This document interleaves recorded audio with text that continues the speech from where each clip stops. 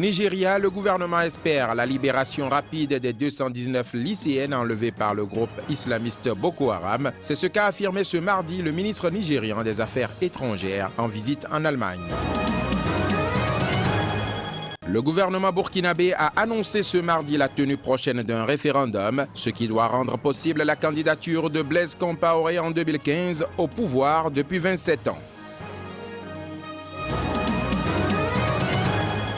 La France et les Nations Unies appellent à ne pas baisser la garde après la fin officielle de l'épidémie d'Ebola au Nigeria. Il s'agit désormais d'intensifier la lutte contre le virus dans les pays les plus touchés.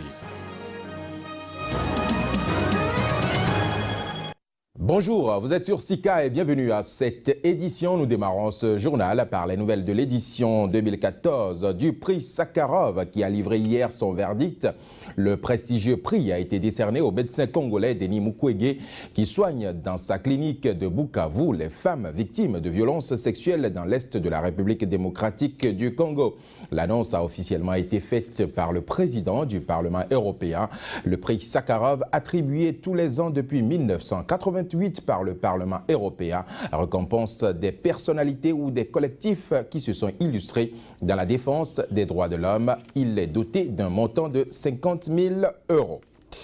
Un autre élément à présent dans ce journal, au Nigeria, pendant que le doute persiste au sujet de l'accord de paix entre le gouvernement et le groupe Boko Haram, le ministre nigérian des Affaires étrangères, Amin Wali, a affirmé ce mardi qu'il espère, avec un optimisme prudent, la libération dans un avenir très proche des 219 lycéennes enlevées par le groupe islamiste. Il a fait cette déclaration lors d'une visite officielle à Berlin, en Allemagne. Un reportage.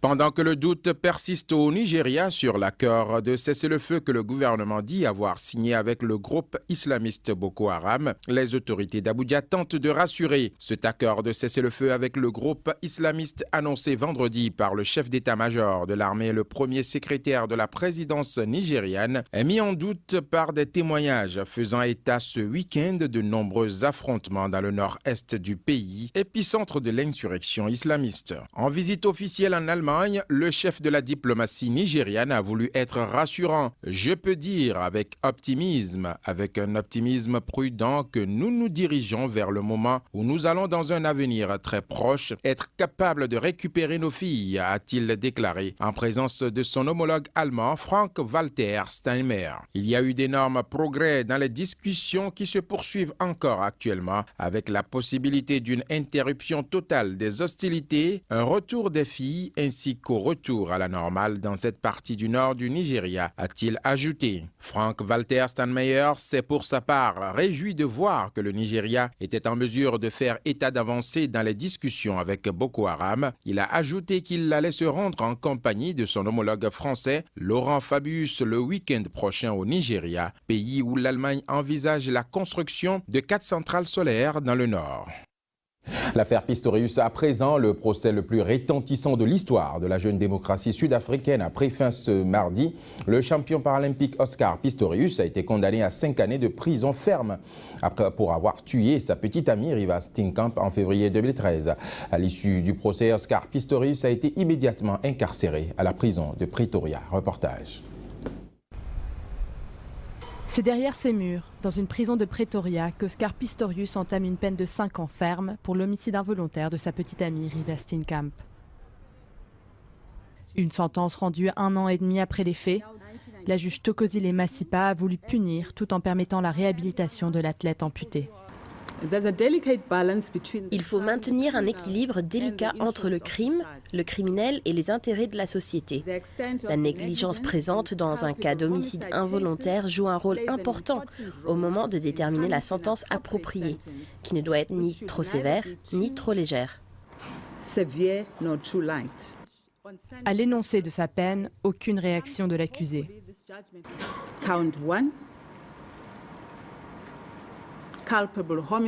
Sur le chef d'accusation numéro 1, la sentence doit correspondre à un maximum de 5 ans de prison au terme de la section 2761I du Code de procédure pénale.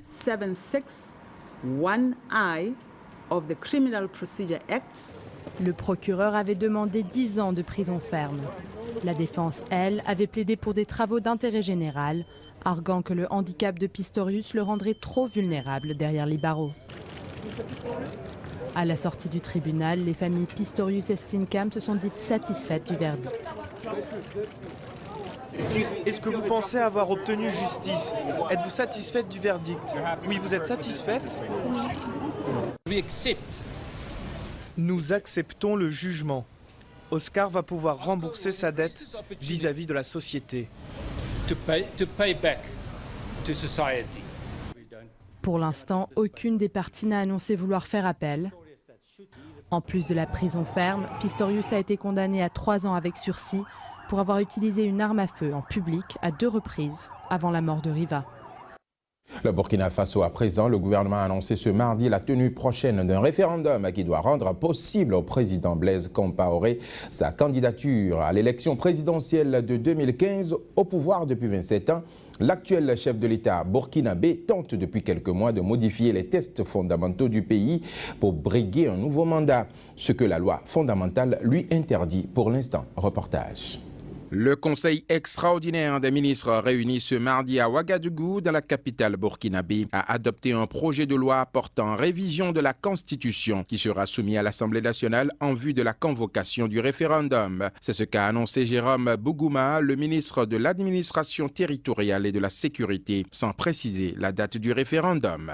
Blaise Compaoré, le chef de l'État burkinabé, avait évoqué pour la première fois en décembre dernier la tenue d'une consultation populaire au sujet de l'article 37 de la Constitution qui limite à 2 le nombre de mandats présidentiels et l'empêche de se présenter au scrutin de novembre 2015. Blaise Compaoré, arrivé au pouvoir à la suite d'un coup d'État en 1987, a déjà effectué 2 septennats et il terminera fin 2015 son 2e quinquennat. L'hostilité à une révision constitutionnelle est forte au Burkina Faso, les dizaines de milliers de personnes ayant encore manifesté à Ouagadougou fin août contre une possible consultation populaire. Le chef de l'État avait instauré en septembre un dialogue entre opposition et majorité qui a pris fin début octobre sans que les 2 parties ne puissent s'entendre au sujet de la révision de l'article 37.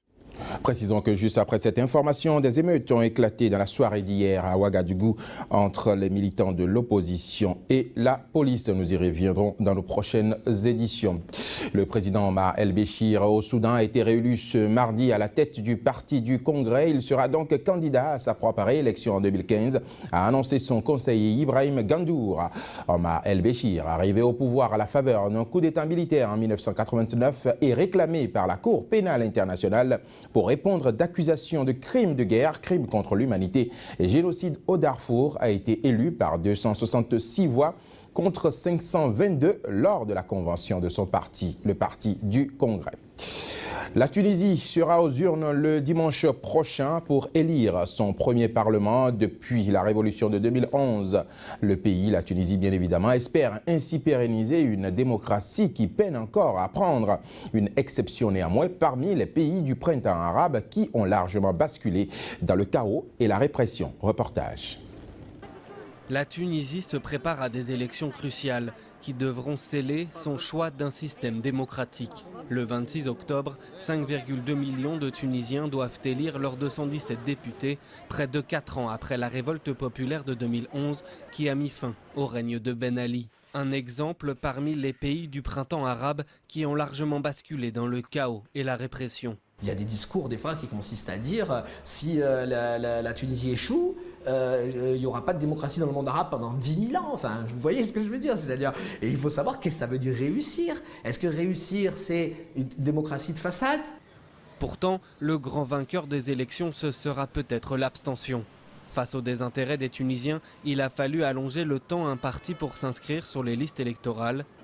Un manque d'enthousiasme qui pourrait paradoxalement bénéficier au parti islamiste Ennahda. Malgré son passage au pouvoir, il conserve une base électorale puissante et mobilisable. En termes de machine électorale, en termes de la manière dont il a fait montre d'unité, malgré effectivement des divisions internes, mais la discipline qu'il y a, la véritable centralisation qu'il y a à l'intérieur, montre qu'effectivement il va beaucoup moins être victime du phénomène de la dispersion des voix. En face des islamistes, l'opposition est divisée entre extrême gauche, anciens dignitaires du régime de Ben Ali, ou encore Nida Tounis, le parti de Beji Caïd Essebsi, opposant farouche à Ennahda. Une multitude de candidatures qui ne satisfait pas les Tunisiens. Rien ne va changer, voter pour une personne ne sert à rien, les choses se répètent, les opinions sont les mêmes. Il n'y a rien de neuf, le pays est fichu. Le pays va dans le mur. On veut que ça redevienne comme avant. Pas comme c'était sous Ben Ali, mais que les gens puissent sortir, que ces histoires de terroristes, de troubles, de meurtres s'arrêtent. Entre les troubles sécuritaires dans l'est du pays et l'économie en crise, la Tunisie n'est pas encore sortie des années de transition. 30% des jeunes diplômés tunisiens ne trouvent pas d'emploi et la croissance continue de ralentir, atteignant tout juste 2% au deuxième trimestre 2014 contre près de 3% l'année dernière. Parlons à présent du virus Ebola. La France et les Nations Unies ont appelé ce mardi à ne pas baisser la garde après la fin officielle de l'épidémie Ebola au Nigeria. Il s'agit désormais d'intensifier la lutte contre le virus dans les 3 pays les plus touchés. Et nous sommes convaincus que la communauté internationale renforcera ses actions pour enrayer la progression de l'épidémie. C'est ce qu'a déclaré à la presse le chef de la diplomatie française, Laurent Fabius, après avoir reçu ce mardi à Paris l'envoyé spécial des Nations Unies pour Ebola, le docteur David Nabarro. Je vous propose ici de suivre des extraits de leur intervention à la fin de cette rencontre. Nous avons décidé, pour ce qui nous concerne, de renforcer encore notre action en Guinée. Nous avons décidé de former à la fois en France et en Guinée les personnels soignants engagés contre Ebola dans des centres de formation qui seront dédiés à cette tâche. C'est une bataille très sérieuse, mais avec votre aide, avec les aides des partenaires que M. le ministre a dit qu'il veut trouver pour faire un groupe, une alliance pour aider à Guinée, on peut vaincre. Et on vaincre aussi vite que possible parce que c'est quelque chose de tellement sérieux. Le besoin le plus urgent, c'est l'ouverture de centres de traitement en Guinée. Le besoin, c'est ce que je vous disais tout à l'heure, il est chiffré à 10 centres. Aujourd'hui, il y en a 2, Médecins sans frontières. La France vient d'en annoncer 3 et nous devons trouver des partenaires pour que d'autres interviennent aussi en Guinée. Ebola toujours, le programme alimentaire mondial a annoncé le vendredi dernier le lancement immédiat d'une distribution d'aide alimentaire à 256 000 personnes habitant de Freetown, la capitale de la Sierra Leone. Il s'agit selon le PAM de la plus grande distribution de vivres dans le pays depuis le début de l'épidémie Ebola. L'aide alimentaire a été acheminée et réceptionnée ce week-end à Freetown, la capitale. Reportage. Pour cette opération dans la banlieue de Waterloo, menée avec Caritas et d'autres ONG et la société civile, le PAM a mobilisé 700 personnes afin de distribuer en un jour plus de 800 tonnes de nourriture, représentant les besoins alimentaires des familles pour 30 jours, a précisé l'organisation dans un communiqué rendu public à Dakar. Le but de cette opération de distribution est de fixer les familles en quarantaine en leur donnant assez à manger pour qu'elles ne quittent pas leur domicile à la recherche de nourriture. Le PAM indique avoir déjà fourni une assistance alimentaire à plus de 300 000 personnes affectées par le virus Ebola en Sierra Leone. Le PAM, une des agences de l'ONU les plus impliquées dans la lutte contre Ebola avec l'Organisation mondiale de la santé et l'UNICEF, gère en particulier la logistique des opérations d'aide internationale et distribue de la nourriture dans les zones les plus touchées en Guinée, au Libéria et en Sierra Leone. Ce sera tout pour cette édition, mais avant de partir, le proverbe africain du jour nous vient du Burkina Faso justement et dit « Quand le canari se casse sur ta tête, il faut en profiter pour te laver. Quand le canari se casse sur ta tête, il faut en profiter pour te laver. » Ce sera tout pour cette édition. Merci de nous avoir suivis. L'information se poursuit sur Sika TV.